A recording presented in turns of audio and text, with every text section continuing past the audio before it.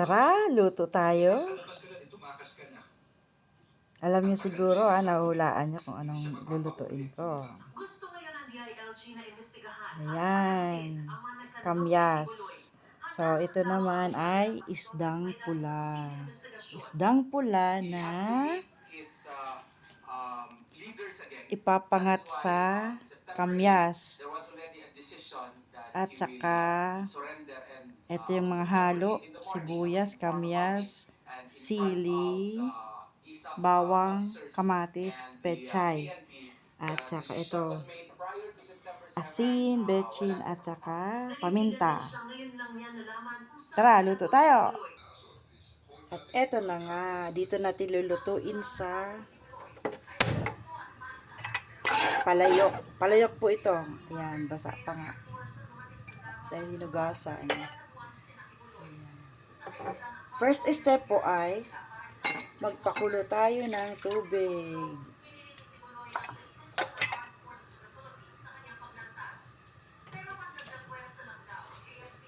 Ayan. Hintayin po natin kumulo. Pagkulo, saka natin ilalagay ang kamyas. At siya ay kumulo na nga. Ilalagay na natin yung kamyas. Sabay na rin natin yung sibuyas, kamatis, bawang at sili. Para sabay-sabay silang maluoy. Pati yung tangkay ng pechay. Para sabay-sabay silang lalambot.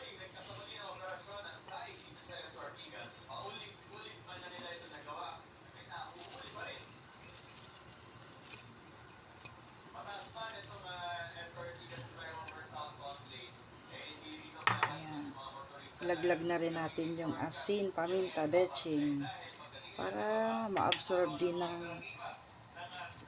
ating sabaw yung flavorings, diba? Yan, sarap siguro nito, hintay natin siya. Matagal na pakuluan to bago natin ilalapag yung isda, kasi ang isda mabilis lang pumaluto, ang isdang pula. Yan, kulong-kulo na po. Lagay natin yung pechay.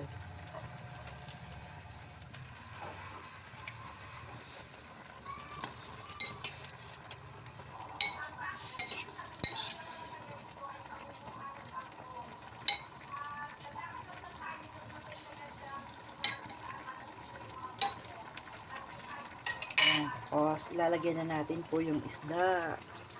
Yan, sariwang-sariwa.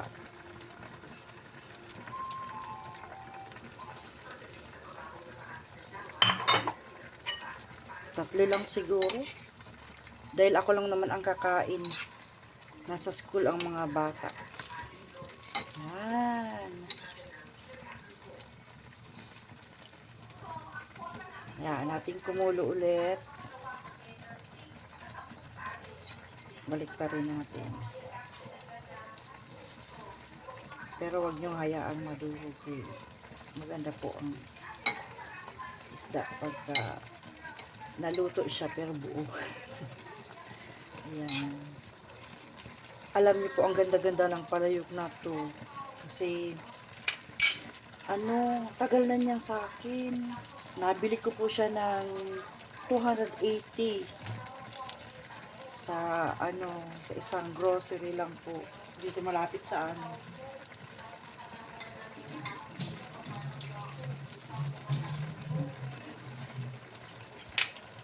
Tikman natin.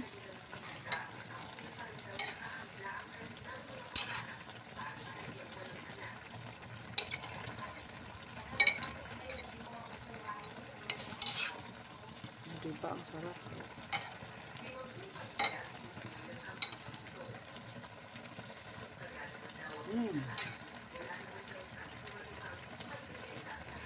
Sarap.